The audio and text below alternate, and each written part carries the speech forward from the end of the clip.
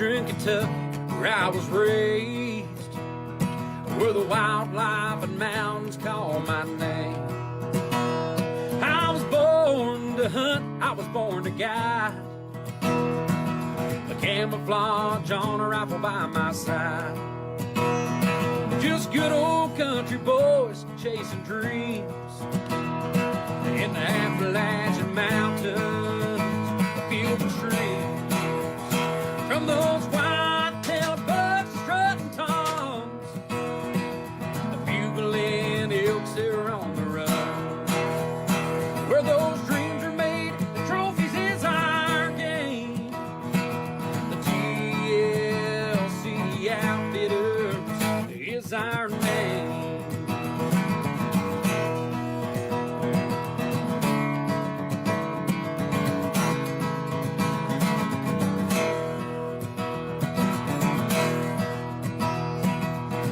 The coyotes run all night. It's music to my ears and in my sights. I've got this hunting fever down in my bones. Glad my daddy taught me everything I know. From those white-tailed bucks strutting toms, the bugling elks that are on the run. Where dreams are made, the trophies is our game. The TLC Outfitters is our name. From those white-tailed bucks strutting toms, a bugling elks that are on the run. Where dreams are made, the trophies is our game. The TLC Outfitters is our name. The TLC Outfitters is our name.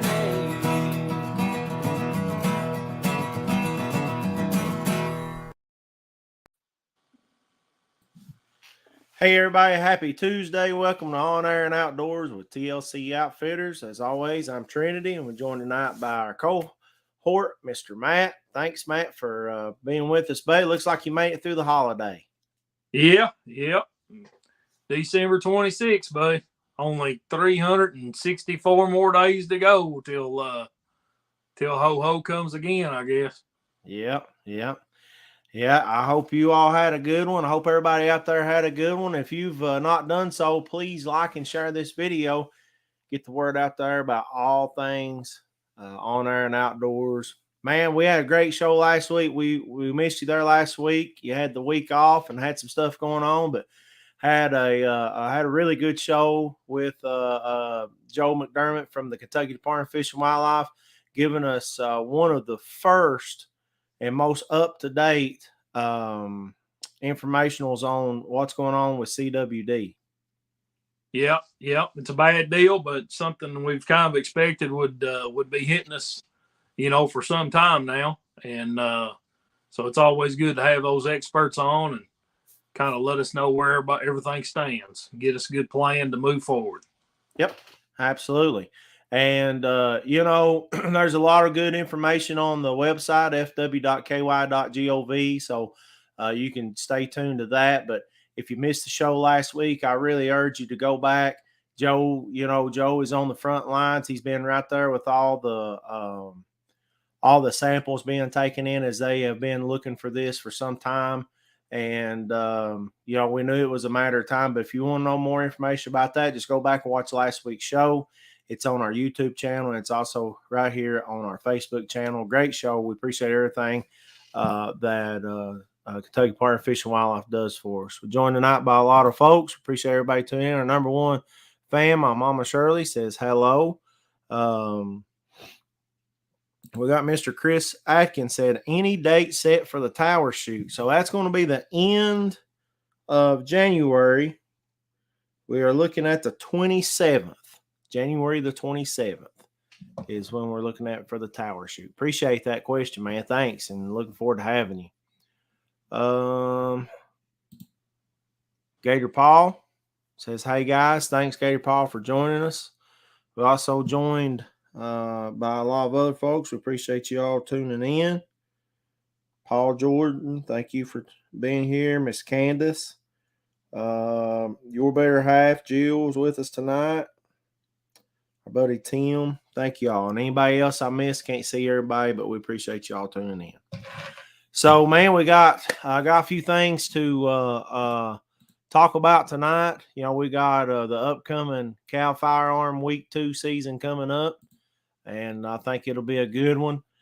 We've also got talk about thermal season being back in. We've learned quite a lot about that over the last couple of weeks, and we've got those thermal hunts still going. And I need to show this. I'll show this right now, then I'll show it at the end of the show too.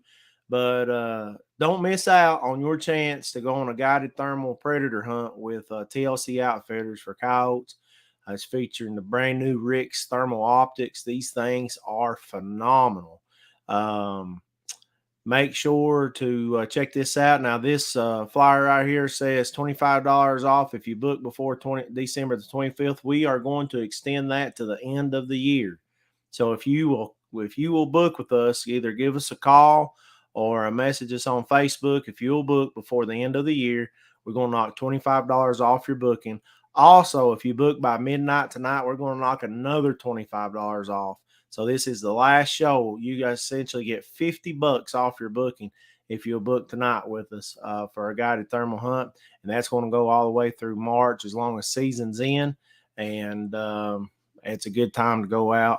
And, you and a buddy go out and have fun. A lot of people don't want to put the money into these thermals. These are high-end thermals that we have, and we provide everything. All you got to do is show up. It's going to be a good time. So I really hope people take advantage of that. Yep. Be shooting new rifles. Be shooting, great ammunition. Be shooting high-end, state-of-the-art Rick's optics. Man, I'll tell you what, $200. Couple guys get together, a couple buddies come out for a day or two. Be an excellent weekend, I'm telling you. Yep, and we got folks already booked for it, and we appreciate you that have already booked. Thank you all very much. We're looking forward to it. Captain Justin Diamond from Florida Bowfishing Venture says, hey, guys, hope you all had a Merry Christmas. We hope you did too, Captain. I hope everybody is good down your way, and I hope it was good. We cannot wait to get back to Florida and get out. You talk about state of the art.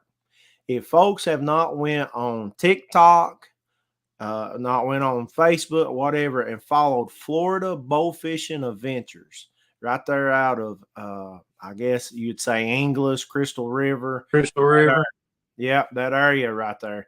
If you've not went on and you've not checked this out, it is the best dolphin tour, manatee tour, the best way to see some of the most well-kept secrets of Florida. When you go down there, you think about different things, but you really get to nature and some of the best bow fishing in the world right there with Captain Justin Diamond's Florida Bowfishing Adventures. I hope everybody will check that out. I'm telling you right now, between that and some iguanas, we already plan our next trip down. Yep. So, yep. Thanks, Captain. Appreciate you. So what's been going on now with you, man? What's happening? Buddy, just watching it rain.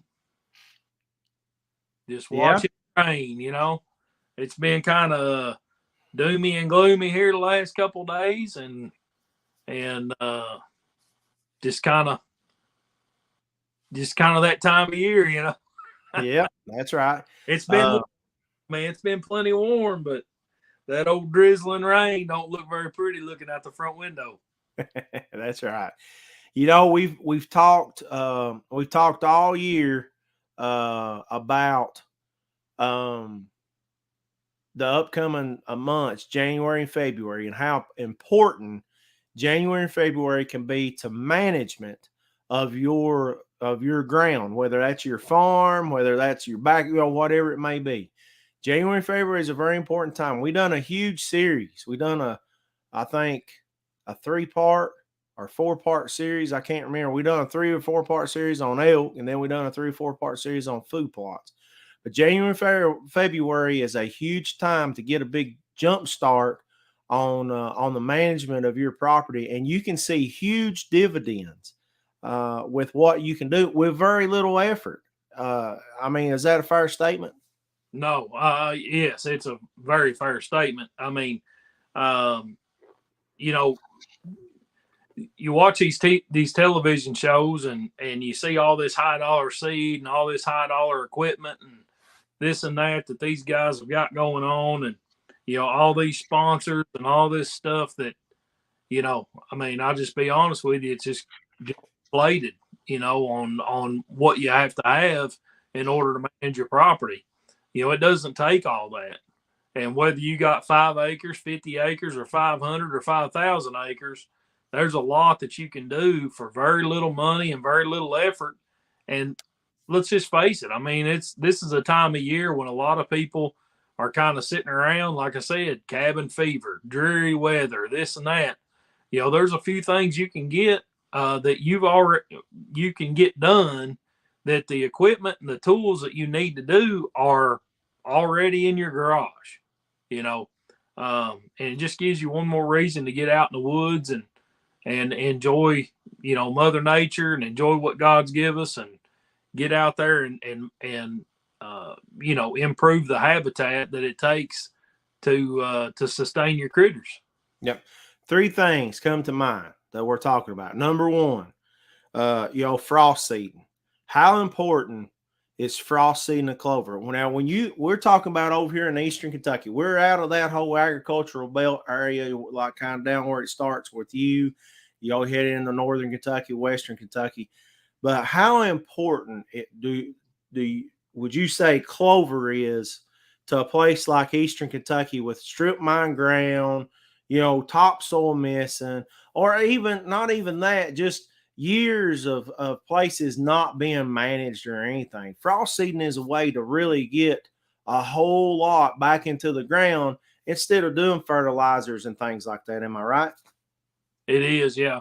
So, clover is a legume, and so it creates its own nitrogen. It pulls nitrogen out of the air and deposits it into the soil through the root system.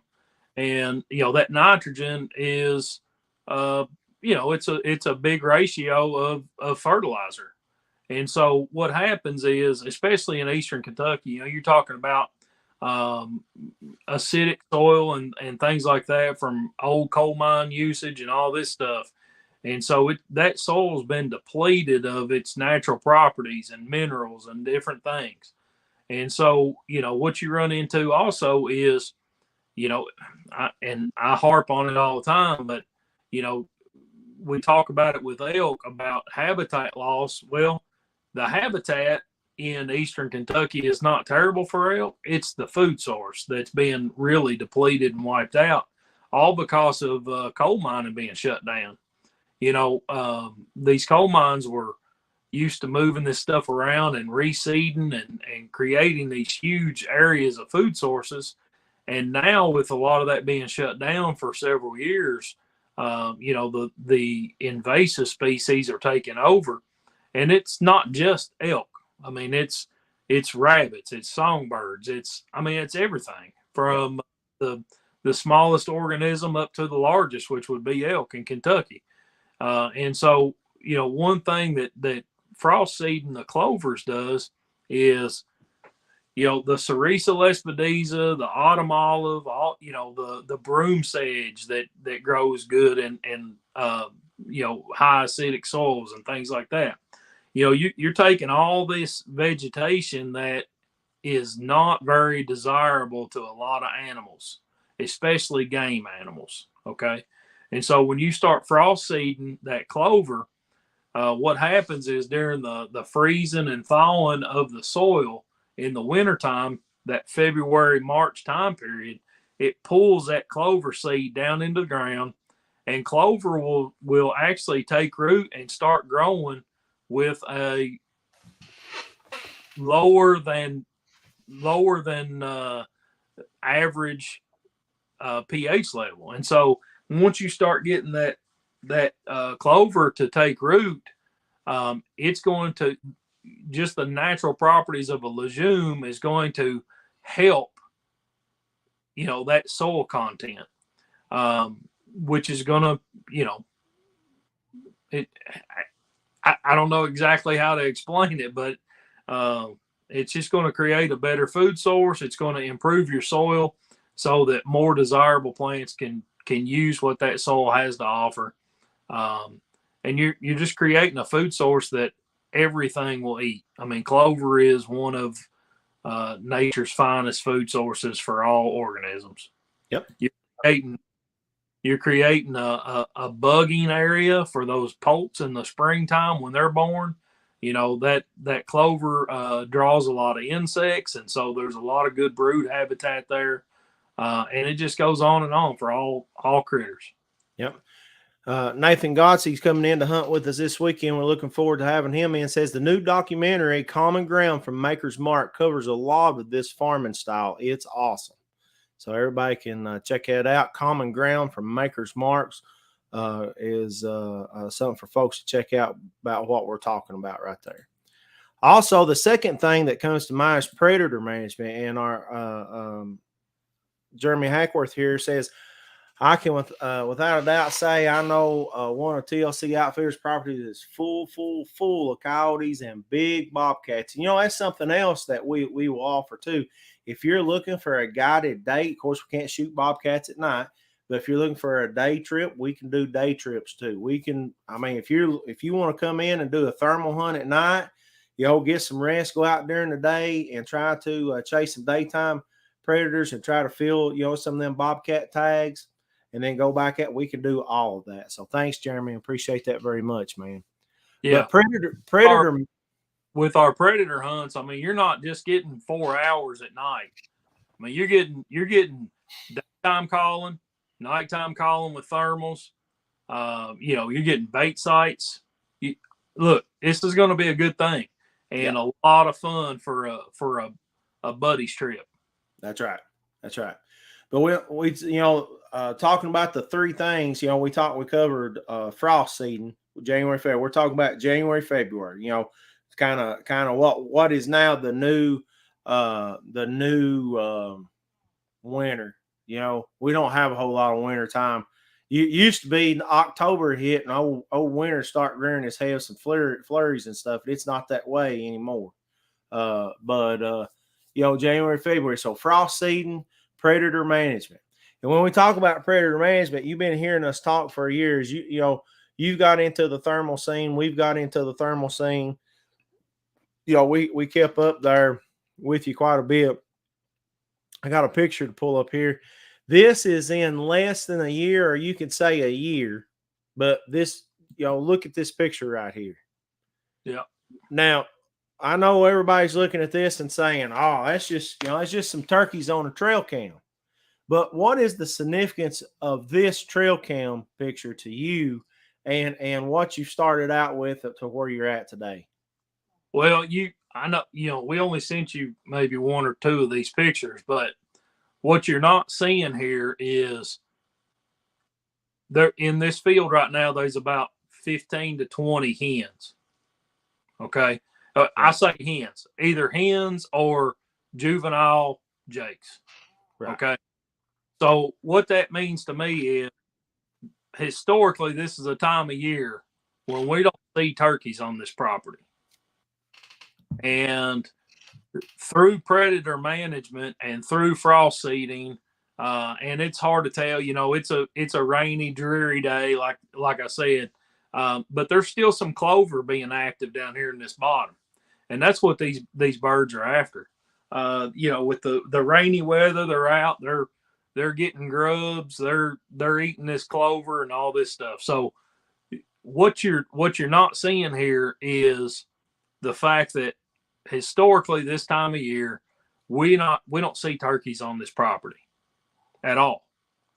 And now, after wiping out a dozen coyotes in over a year's time, we've got 15 to 20 hens or juveniles here, which what that leads me to is when I was shooting a lot of those coyotes in the spring, what that did is slow down my predator activity while these birds were brooding. And now, instead of one poult making it through, maybe 5 or 6 made it through from each brood nest. So something else you don't see in here either is we've got a bearded hen that has been on this property for at least 7 years. I mean, that's how long we've owned the place. So she's been on this property for at least 7 years, but she's only here during that late spring after she's been bred and she's going to nest. That's the only time we ever see her. And she is in, I don't know if she's in this picture here, but she was on trail camera today with this group of hens. So, you know, we're taking a historic figure of this bearded hen that's been here for at least 7 years. And now we've expanded the time that she spends on this property. And so, you know, there again, this is turkeys, but we're seeing it with the deer. We're seeing it with the rabbits. We're just seeing it with everything. Yep. And let's not forget also something that we didn't mention is not only, you know, just within the year's time with the heavy duty coyote manage, you've always tried to manage with daytime, you know, but the results from daytime to nighttime is, I mean, you know, there's no comparison, but also some of the trapping you've done, you know, with dog proofs, you know, during trapping season with raccoons and nest predators has been huge as well. That's been ongoing for several years. So, you know, this is the proof in the pudding. And, you know, management is not an overnight thing. You're not going to see results overnight. You may not see this type of results in 1 year. But I can tell one thing, I promise you, if you don't do anything, you know, you can't expect your results to shift to the side you want them to be on. You know, Trey, you and I mean, we've been on the phone, I don't know how many times over the years. And I mean, I'm constantly right around that February, March, April time period. I'm like, man, where's the turkeys at? Where's the turkeys at? Where's the dang turkeys at? And then finally, you know, after they got bred, they'll show up, you know, and we'll have a gobbler or two, you know, but it's just sporadic. They're just, and these, you know, this group of hens right here, or group of hens and clutches here, they've been here for a month. I mean, we got them on camera for a month now, and I fully expect them to stay right throughout the breed season. Yeah. It's all about the habitat. It's all about the food, you know, and it's all about, you know, having a place that's a sanctuary, and predator management is what helps you out with that. Our buddy Preston Thacker says, any time frame on the dog days of winter this year, it's going to be in February. I don't have a set date yet, but you're probably looking around the middle of February, probably about that second or third weekend in February. It's when dog days will be. And then our buddy Paul Priest says, this says Guatemala. He means autumn olive. Probably autocorrect gets me. Autumn olive bushes, I think, is the worst thing that ever be planted in Eastern Kentucky. Yes, it makes a great bed for deer, but it will take over land. And Paul, you are exactly correct. You know, a lot of places worry about kudzu and, you know, things like this, you know, Japanese or bush honeysuckle. But the autumn olive for us over here in our neck of the woods is something that is just, you know, a gargantuan problem for habitat and food. We've seen a lot of grazing areas, you know, just inundated by this stuff, and there's nothing left. So Fish and Wildlife is on some of these areas. You know, keep in mind that's just a handful of men and women trying to fight thousands and thousands of acres. And you know, over the elk area, you know, you're talking about 16 counties. That's 4 million acres. 4 million. Now, not all 4 million is accessible, you know, for whatever, but that's a lot of land. So you're exactly right. So we've talked about how important, you know, the food plot management with simple things like frost seeding is. We've talked about predator management. You know, you don't have to get real big and bad for some predator management on your property. And the third thing for me is, and I think there's a lot of hunters out there that don't realize that, and I know there's a lot of stores right here that don't realize that, is how important salt and mineral sites are to your white-tailed deer and other critters during this time of year. Minerals don't do any good in August, September, October, November. And that's when a lot of stores, you take like the bigs want to put it out. But right now is the time to be doctoring up. And we finally, that whole deal back and forth, swinging back and forth. Can you put mineral out during the curtilage law? We finally got to the bottom of that. You can. Mineral is not part of the curtilage law. Now, with that being said, we don't know what's coming with CWD, with the new changes that will be there. But as of right now, the way it states, coming up March 1st will start the curtilage law. You can still put mineral out. Matt, how important do you think mineral sites are from, for a land management and wildlife management standpoint? Well, it's huge. It's not only huge for bucks; it's huge for does. Let's not forget does. I mean, everybody wants to talk about antlers and this and that, but your does are by this time of year they're pregnant. Okay, so their bodies are undergoing changes. Their bodies are using more minerals and deposits that they've in order to create this new life inside of them. And so that's something that's big for does right now. For bucks, you're just trying to keep them above that midline that we always talk about, where, if this is the baseline for a healthy body, so that healthy body can start growing bone on top of its head, the healthy body is the number one thing. If it's an unhealthy body, it will not reach its potential with its antler growth. And so this time of year, when food sources are start going down and protein content start dropping with native browse and things like that, those minerals are really important to help keep those bucks in tip-top shape, through the wintertime. But it's also important for the does. And then, coming into summertime, those minerals are also going to be important, more so for does than it is for bucks. By the time June and July rolls around, when you're starting to see those later fawns being dropped and those does are starting to produce milk, that's going to be a really important time for those does to have mineral. Yep. And the thing that I want to knock home too is, you see a lot of gimmicks out there. You see these rocks you can get and you see all these different things. Look at the content on the product you're buying and you'll see that a lot of time it'll have a minimum and a maximum. And a lot of these are, above 95% salt. Salt's good. Salt's a good attractant, but it's not the mineral we're talking about. So, make sure there's so much on the internet you can get on and you can look at, from everything from making up your own mixture of minerals, but dicalcium phosphate you can get from southern states or some of your bigger feed stores.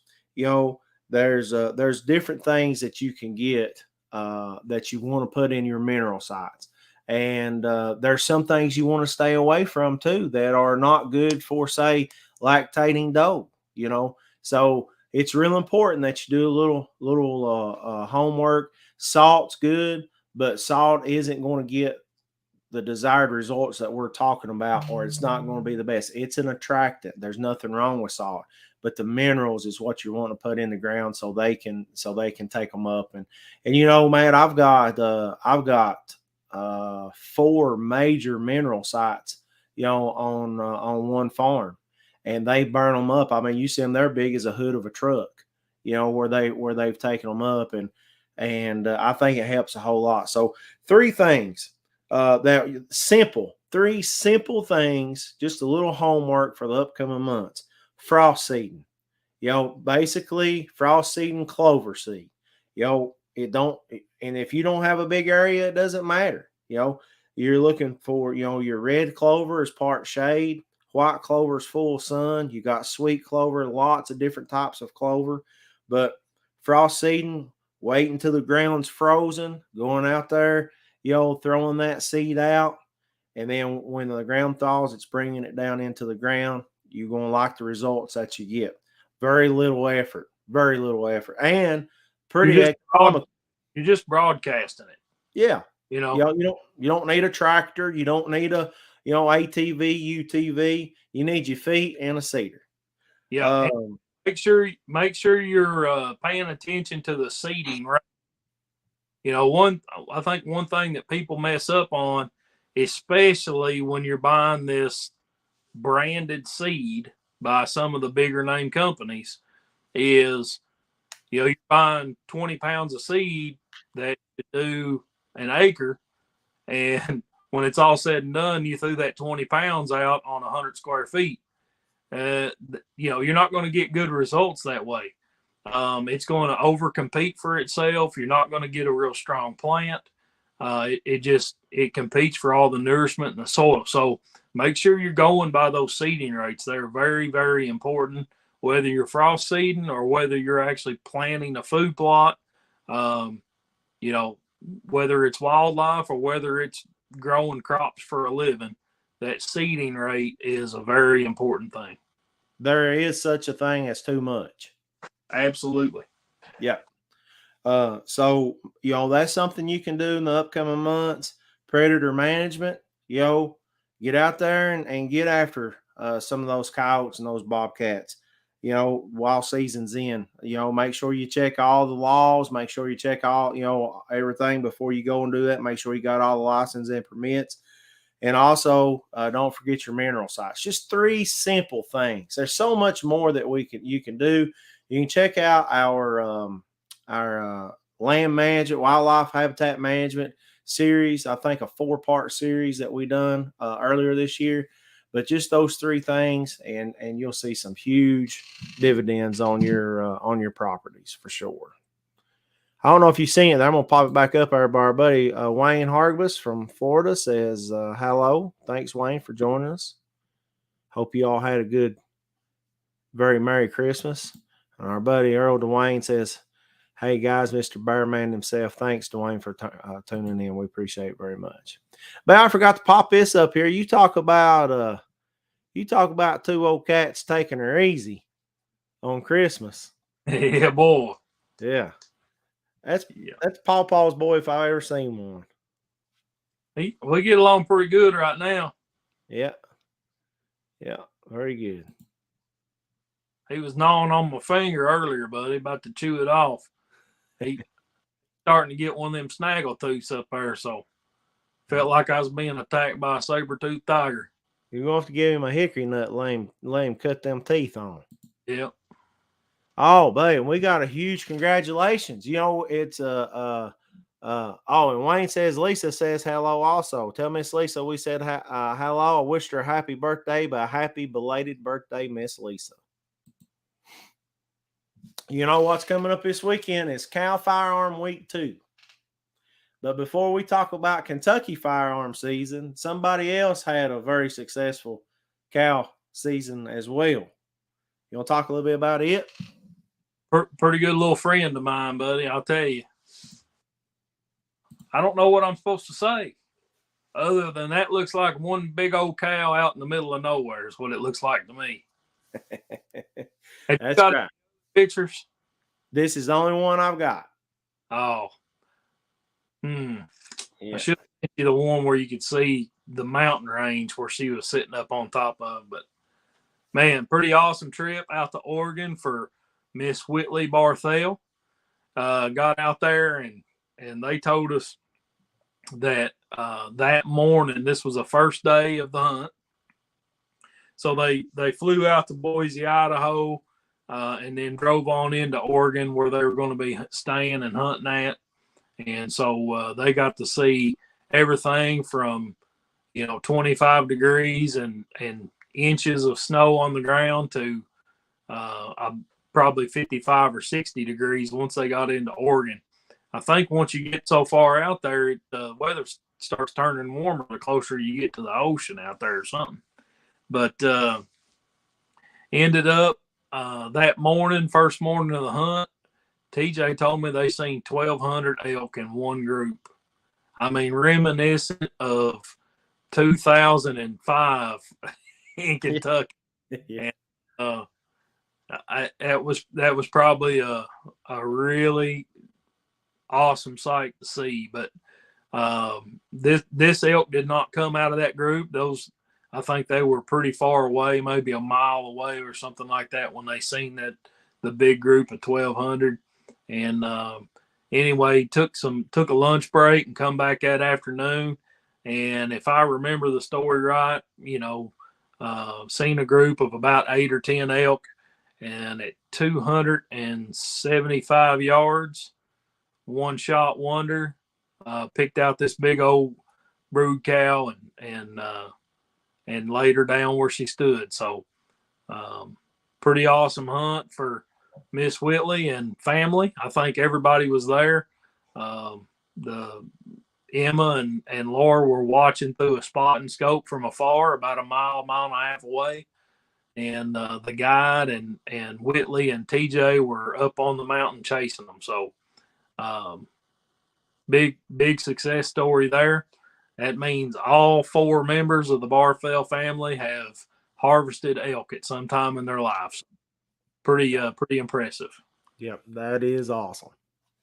And Miss Jill says, great job, Whitley. Way to go, Whitley. You know, all of us here at your TLC family is so proud of you, and just huge congratulations to you. So, way to go. I think Jill and I are going to get to partake in a little bit of that when we do Friendsmas with the Barthels. We always get together and we do Friendsgiving, and we always get together and do Friendsmas. And so I think maybe some elk backstrap might be cooked up here in the near future. Yeah. At Oregon elk. Yeah. You know, I'm adopted into all that. If you're talking about elk backstrap, I mean. Yeah. Yeah. Don't forget me. But no, we've got Cow Firearm Week 2 as we finish out the Kentucky season coming up this weekend. We got hunters that'll be descending on us. We're looking forward to it. Just in time, it's some nice cold weather. You know, we were talking about the weather pattern and how warm it been, but now the bottom falls out of it after today, and that's going to help. That's going to help keep them elk out a little bit longer. I think it's going to help them come out and open a little bit more, and I think that we'll probably finish the season with a pretty good season by the look, weather-wise anyway. Yeah. Maybe even some spit and snow there around the first of the year, I believe they're talking. So that'll make him old Joker stand out there. Yeah, I can remember the days of hunting in, 6, 8, 10 inches of snow, man, and I'd like to have some more of them days. That's when it was a lot of fun. Hey, we just go back a few years, 2020 with Emma's elk. There was 8 or 10 inches of snow on the ground when she got her big cow there. That's right. That is right. Yep. But I think it'll be a pretty good deal. So we're looking forward to it. I know that there are going to be a lot of folks headed to Eastern Kentucky and excited. It's like I tell everybody, come down here and enjoy the terrain, enjoy the sights, the sounds, slow down. It's a tough hunt, man. I mean, you're talking about hunting Kentucky elk is no cakewalk anymore. It's not grocery shopping anymore. We're not even setting at 40, overall for the state. We're not even setting for 40% success rate. So, I want people to know that now. If you've hired a quality outfitter, you've definitely put the odds in your favor. And we've had a lot of success this year, and I look forward to that going into Firearm Week 2 for these cows. So I think it'll be pretty good. Pretty good. Folks, we're about to close this thing out tonight. We appreciate everybody tuning in. Just remember, when we pop this up here one more time, TLC Outfitters guided thermal predator hunts for coyotes. I'm telling you right now, if you and somebody else, we take 2-people teams. If you've been looking to try this out, this is your best opportunity. You know, maybe you don't want to put the money into a thermal. Maybe you've been wanting to try thermals out. I don't know what. Maybe you just want to get out of the house, come on down to Eastern Kentucky, enjoy some great terrain and a great night of hunting. Here is your opportunity. It says right there, $25 off a booking before December the 25th. We've extended that through the rest of the month till the new year. And also, if you book tonight, show special only, and this will be the last one, show special only, you can knock another $25 off. So $50 off a booking right here. You know, for a couple $100, you're going to be able to go out and it's everything. Brand new rifles. You know, we've got the rifles. We've got the state-of-the-art high-end thermals. You know, the bog pods. We've got the transportation, the pics, the videos. I mean, you're going to get everything. And this is for at least 4 hours of hunting. And you're going to be able to go out in Eastern Kentucky and see some great areas and enjoy a good night or two of hunting. So hope everybody checks us out. Give us an opportunity to get that book for you. It's going to be a lot of fun. We've got the European Tower Shoot be coming up the end of January 27th, and also the Dog Days of Winter Predator Tournament. And I feel like that Predator Tournament, Matt's become a little bit of a staple. People wanting bragging rights and awesome trophies and all the stuff that gives away. I mean, you're talking about all together, you're talking about over $3,000 worth of stuff given away during that Predator Tournament. So it's a pretty good deal. Yeah. Yeah. Good time. Yeah. Absolutely. Good time at a time of year when we're looking to get out of the house and do something. So that's right. That's exactly right. Folks, that's all we got for you tonight. Matt, you got anything in closing? I'm good. Absolutely. We appreciate y'all tuning in. Make sure you check out all the stuff we have to offer on our Facebook page. We got a lot of stuff on there. Also, look here. This is Whitley. It was a great hunt. Hey. Yeah. Congratulations, Miss Whitley. We're very proud of you. We're proud of the whole family, proud of you and your sister, and proud of you on your recent hunt. Just great family success, man. The whitetails this year, you know, and then, you know, closing out this year with that cow hunt. I mean, just phenomenal. Way to go. You got anything in closing? Give us a call. Yep. Give us a chance. So, folks, that'll be it. We appreciate y'all so much. Remember, if you want to know the creator, look at the creation. And there's no better place than beautiful Eastern Kentucky to be able to do that. Make sure to check us out. See all the things coming up. Stay tuned to the weekend and see all of our success as Cal Firearm Week 2 is coming up. And don't forget, thermal night hunting with TLC Outfitters coming up. We'd love to take you hunting. Give us a chance. Y'all have a great rest of your week.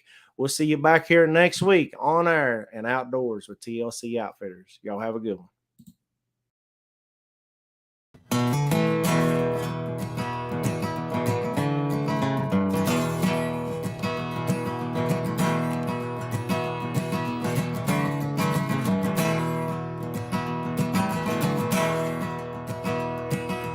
Eastern Kentucky, where I was raised, where the wildlife and mountains call my name.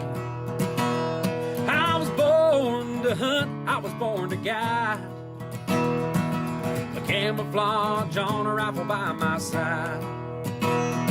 Just good old country boys chasing dreams in the Appalachian Mountains, a field of trees. From those